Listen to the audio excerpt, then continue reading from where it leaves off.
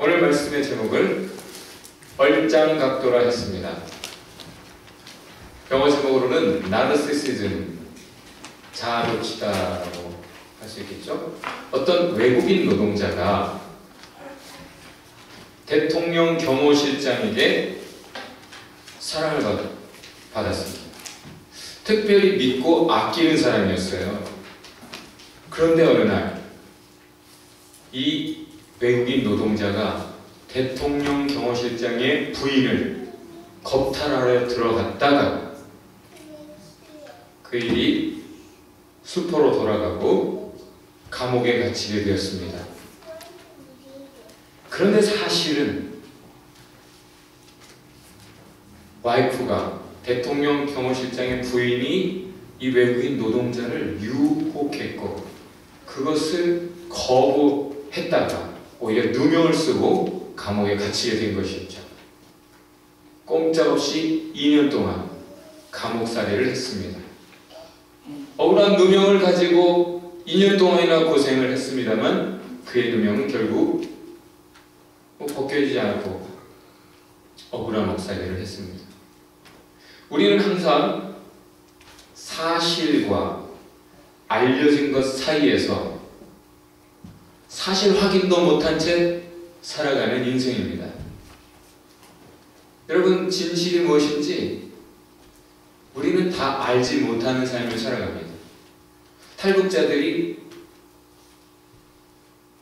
북한을 벗어나서 경험하는 삶 속에는 서프라이즈가 많아요. 놀라는 일들이 많습니다. 왜 그런가? 옛날에는 북한이 우리는 이 밥에 고기 구운다 하면서 우리가 남한보다 훨씬 잘 산다 했지만 지금은 북한 사람들도 남한이 북한보다 더 잘 산다는 거 알잖아요. 그러니까 그 거짓말을 더 이상 못하고 북한이 하는 말은 우리가 더 잘 사는 것은 아니지만 남한은 보험금 타먹으려고 부인 아내를 죽이는 세상이다, 사회다. 아주 정말 비인간화가 이루어진 사회다 하면서 남한의 치부를 자꾸 드러내고 그런 것들만 이야기하고 세뇌시켜서 그렇게만 알고 있었던 북한 사람들이 밖에 나와서 접하는 그 밖의 내용들 때문에 늘 놀라는 거죠. 심지어는 찬양이 있잖아요.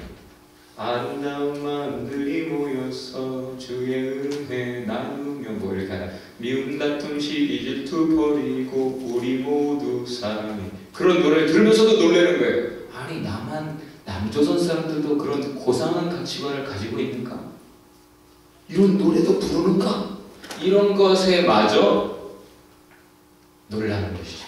그만큼 사실을 모르고 자기가 그릇된 정보를 가지고 살아왔기 때문에 그렇게 놀라는 일들이 많은 거예요.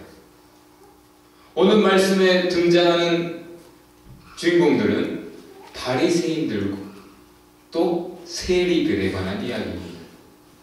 바리새인들은 어떤 사람일까요? 철저한 율법 준수, 하나님의 말씀, 법대로 철저하게 살아가는 것, 그것을 철칙으로 알고 살았어요. 성경에서 하나님의 율법이 명하는 것은 11조. 근데 이 사람은 12조를 했어요. 1년 한 번 금식, 속죄일에 하도록 되어 있는 그 규정 알지만 이들은 일주일에 2번씩 하면 최소한 1년 100번 이상이 되죠. 100차례나 금식을 하면서 하나님은 이 정도 요구하셨지만 우리는 이만큼 한다. 그렇게 자기 의를 가지고 살았던 사람이에요. 난 너무 이뻐, 요즘 사람들 말하는 대로. 그럼 또 다른 사람들은 잘났어 정말 해주면서 실제로 백성들은 이러한 바리새인들을 존경했습니다. 존경에 맞지 않았던 백성들의 지도자예요. 세리는 상대적으로 죄인의 대명사입니다. 탐욕, 매국노, 나라가 지금 위기에 처한 이 상황에서도 자기 배만 불리는 피 빨아먹는, 동족의 피를 빨아먹는 탐욕의 대명사가 바로 세일이었습니다. 그래서 모두가 함께 돌을 던져라. 실제 돌 던지는 사회, 돌 맞는 사람들이 바로 세일이었습니다. 심지어 그 바리새인들은 이 세리들에게 증인될 자격도 없다라고 말해요. 증인은 아무나 하는 거예요. 잘생겼든 못생겼든, 부자든 가난하든, 많이 배웠든 못 배웠든 자기가 사실을 알면 증인할 수 있죠. 그런데 증인할 자격도 없다라고까지 그렇게 정죄했던 사람들이 바리새인들이고 정죄받던 사람들이 세리입니다. 예수님이 뭐라 하셔요?